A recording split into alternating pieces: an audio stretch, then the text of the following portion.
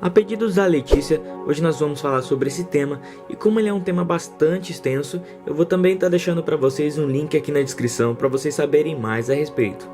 Roda a vinheta.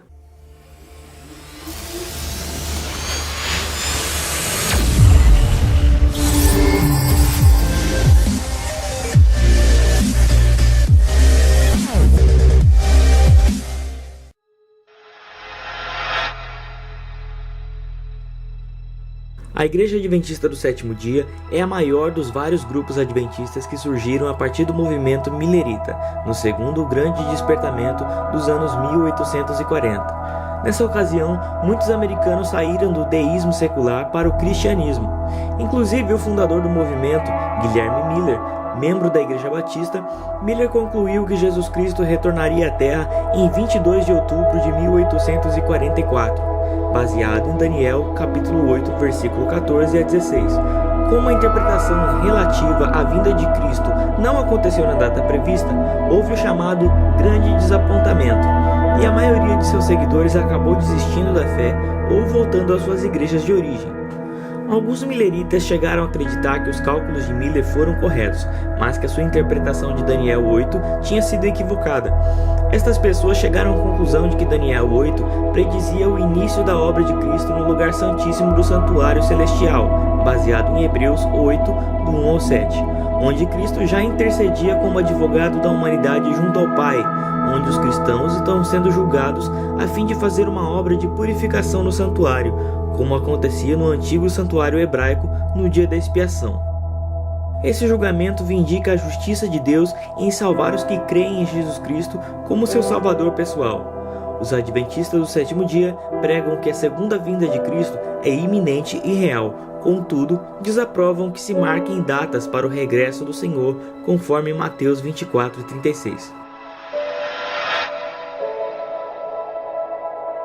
Os adventistas do sétimo dia aceitam apenas a Bíblia como escritura sagrada, rejeitando qualquer literatura como tendo cunho canônico se não estiverem inseridas no Antigo e no Novo Testamentos.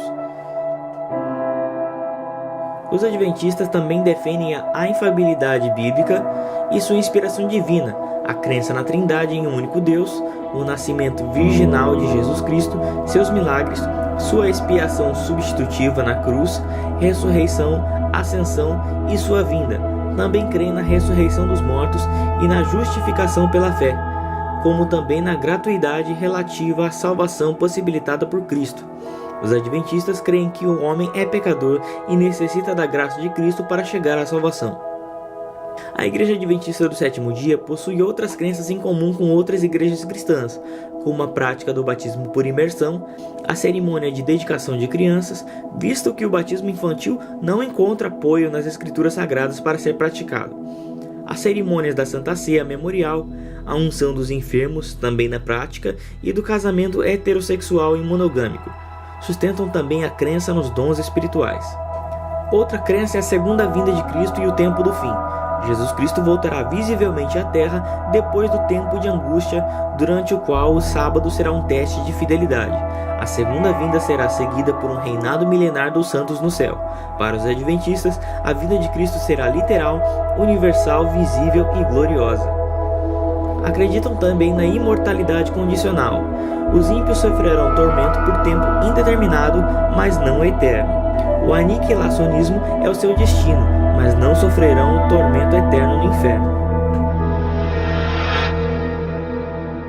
O sábado comemora o ato criativo de Deus ainda na origem de todas as coisas, tendo sido santificado e abençoado pelo próprio Deus, e reservado como dia de descanso para todos os homens. Para os adventistas, o sábado deve ser observado no sétimo dia da semana, assim como diz em Êxodo 28, a partir de sexta-feira do pôr do sol até o pôr do sol do sábado, conforme as Escrituras. Segundo as Escrituras, os primitivos cristãos e o próprio Jesus observaram o sábado. Para manter o sábado como um dia sagrado, os adventistas se abstêm de trabalho desnecessário secular. Eles também evitam formas puramente seculares de lazer, como esportes competitivos e programas de TV não religiosos. No entanto, passeios em meio à natureza, atividades com a família, obras de caridade e outras atividades que ligadas a Deus e ao meio ambiente são incentivadas. O culto principal ocorre no sábado, onde são estruturados pequenos grupos para uma recapitulação do que foi estudado em casa durante a semana. A maioria dos adventistas faz uso da lição de escola sabatina. Essas lições tratam de um determinado assunto, livro bíblico ou doutrina a cada trimestre. Elas são preparadas geralmente com 3 ou 5 anos de antecedência e tratam do mesmo assunto de acordo com a faixa etária, em todas as congregações adventistas do sétimo dia ao redor do mundo simultaneamente. Após uma breve pausa para anúncios locais, toda a igreja se reúne novamente para o serviço religioso da adoração. É seguido o formato de culto típico dos evangélicos, com o sermão ocupando a parte central, o canto congregacional, as leituras bíblicas, as orações e a arrecadação de ofertas, incluindo o dízimo, são outras características padrão. Os adventistas geralmente praticam a Santa Ceia 4 vezes por ano. A Santa Ceia está disponível tanto para membros da igreja como para não membros. Ela começa com a cerimônia do lava-pés, conhecida como cerimônia da humildade. Assim, os seus participantes lembram da necessidade de humildemente servir uns aos outros. Os participantes são separados por sexo em salas a fim de realizar esse ritual. Algumas congregações permitem que casais realizem a cerimônia juntos e incentivam que toda a família participe em conjunto. Após a conclusão, os participantes voltam para a igreja a fim de comer a Santa Ceia, que consiste em pão ázimo e suco de uva não fermentado.